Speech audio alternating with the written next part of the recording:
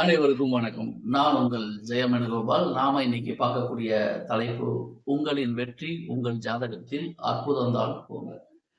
வெற்றி என்பது எல்லா மனிதராலும் விரும்பப்படுவது. ஒரு ஜாதகத்துல வெற்றி எப்ப கிடைக்கும் அப்படின்னா, எந்த ஒரு லக்னம் ராசியாக இருந்தாலும் 3, 11 தொடர்பு இருந்தால் நிச்சயமா அந்த ஜாதகருக்கு வெற்றி தான். இப்ப 3ஆம் அதிபதி தசை, 11ஆம் அதிபதி புத்தி, 11ஆம் அதிபதி திசை, 3ஆம் அதிபதி புத்தி, இந்த மாதிரி காலகட்டங்கள் ஜாதகருக்கு நல்ல பலன்களை தரும்.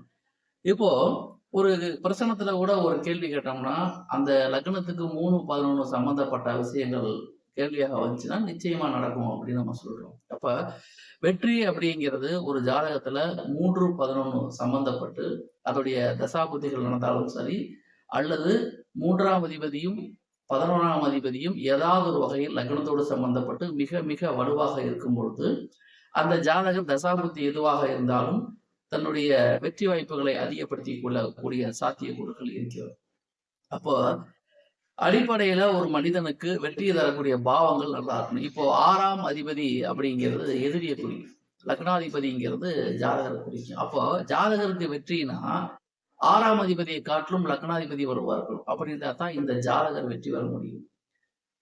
அடிப்படையில லக்னாதிபதி வலுவாக இருக்க வேண்டும். 3ஆம் அதிபதி 11ஆம் அதிபதி ஒரு ஜாதகத்துல எந்த விதமான பாதிப்புகளும் இல்லாமல் இருந்தால் நிச்சயமா இந்த ஜாதகருக்கு வெற்றி அப்படிங்கிறது எந்த ஒரு துறையிலும் இருக்கு அப்படின்னு நம்ம கண்டுபிடிச்சிடலாம். ஸோ இவர் முதல் போட்டு தொழில் செய்யறதை காட்டிலும் முதலே போடாம கமிஷன் பேசிஸ்ல பண்ணார்னா மிகப்பெரிய உயரத்துக்கு உச்சத்துக்கு போக முடியும். காரணம் என்னன்னா, கமிஷன் துறைக்கு இந்த 3, 11 தொடர்பு தான்.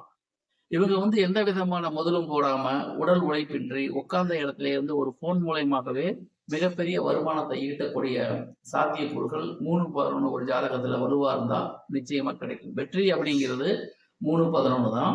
அதே சமயத்துல ஒரு இயற்கையாகவே கொடுப்பனை நல்லா இருந்தா அந்த ஜாதகருக்கு அடிப்படையில வெற்றி சதவீதம் அதிகமாக கிடைக்கும். கொடுப்பனை அப்படிங்கிறது லக்னாதிபதி, 5ஆம் அதிபதி, 9ஆம் அதிபதி, இந்த 3 பாவங்களும் ஒரு ஜாதகத்துல பேசிக்கா பாதிக்கப்படாம இருக்கணும். பாதிக்கப்படாதுன்னு சொன்னா, இந்த பாவ அதிபதிகள் நீசமாகவோ, அஸ்தங்கமாகவோ, வக்ரமாகவோ, திரிசூன்யமாகவோ, பாதகமாகவோ இல்லாமல் எந்த விதத்திலும் பாதிக்கப்படாமல் இருந்தால் அடிப்படையில ஜாதகருக்கு கொடுப்பனை நல்லா இருக்குன்னு நம்ம சொல்லிடலாம். அப்ப சிரமமான காலகட்டங்கள் நடந்தாலும் கூட இந்த ஃபவுண்டேஷன் சொல்லப்படுகின்ற 1, 5, 9 பாவங்கள் நல்லா இருந்தா அந்த பிரச்சனைகளை ஜாதகருக்கு பெரிய அளவு தொல்லைகளை தராது, கடந்து வந்துடுவார். இது மட்டும் இல்லாம 1, 5, 9 நல்லா இருந்து 3, 11 ஒரு ஜாதகத்துல வலுவா இருந்தா இந்த ஜாதகர் எதுக்குமே கவலைப்படவில்லை. தொட்டதெல்லாம் பொண்ணு, தொட்டதெல்லாம் வெற்றி. அதே சமயத்துல ஒரு ஜாதகத்துல லக்னாதிபதி வலுவா இருந்து 6ஆம் அதிபதி வலு குறைந்திருக்கணும். அப்பதான் ஜாதகர் வெற்றி பெற முடியும் அப்படிங்கிறது சாத்தியக்கூறுகள் சொல்லக்கூடிய விஷயங்கள். அப்ப இத்தனை விஷயங்களை ஆராயணும். அப்ப ஒரு ஜாதகத்துல வெற்றி அப்படிங்கிறது 6ஆம் அதிபதியை காட்டிலும் லக்னாதிபதி வலுவா இருக்கணும். 3, 11 அதிபதிகள் எந்த விதத்திலும் பாதிக்கப்படாமல் இருந்தா இந்த அமைப்புடைய ஜாதகருக்கு தொட்டதெல்லாம் வெற்றி வெற்றி வெற்றி. இது கூட அடிஷனலா 5ஆம் பாவமும் 9ஆம் பாவமும் பாதிக்கப்படாமல் இருந்தா வெற்றி சதவீதம் அதிகமாக கிடைக்கும். 5, 9 பாதிக்கப்பட்டா வெற்றி சதவீதம் குறைவாக கிடைக்கும். 5, 9 நல்லா இருந்து 3, 11 நல்லா இருந்து லக்னாதிபதியும் நல்லா இருந்து 6ஆம் அதிபதி பாதிக்கப்பட்டிருந்தா இந்த ஜாதகத்துல மோனோபோலியா எல்லா விஷயத்திலையும் ஜெயிச்சுட்டு வருவது. அப்ப வெற்றி சதவீதம் அப்படிங்கிறது ஜாதகத்துல அடிப்படையான விஷயங்கள் நல்லா இருந்தா நிச்சயமா ஜாதகருக்கு நல்ல விஷயங்கள் நடந்து கொண்டே இருக்கும் அப்படின்னு நம்ம புரிஞ்சுக்கலாம்.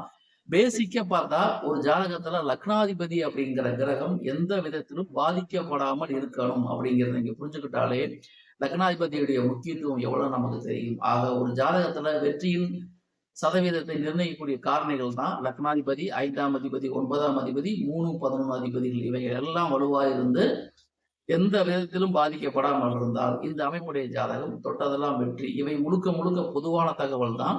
தனிப்பட்ட ஜாதகத்தை பொறுத்து அதில் உள்ள கிரக அமைவுகளை பொறுத்து பலன்கள் வேறுபடும் அப்படிங்கிற அடிப்படை உண்மைகளை நாம் மறந்துவிடக்கூடாது. பொதுவான தகவல் என்பது வேறு, தனிப்பட்ட ஜாதக பலன் என்பது. நன்றி நேயர்களை, மீண்டும் அடுத்த பதிவில் வேறொரு தலைப்பில் உங்களை சந்திக்கின்றேன்.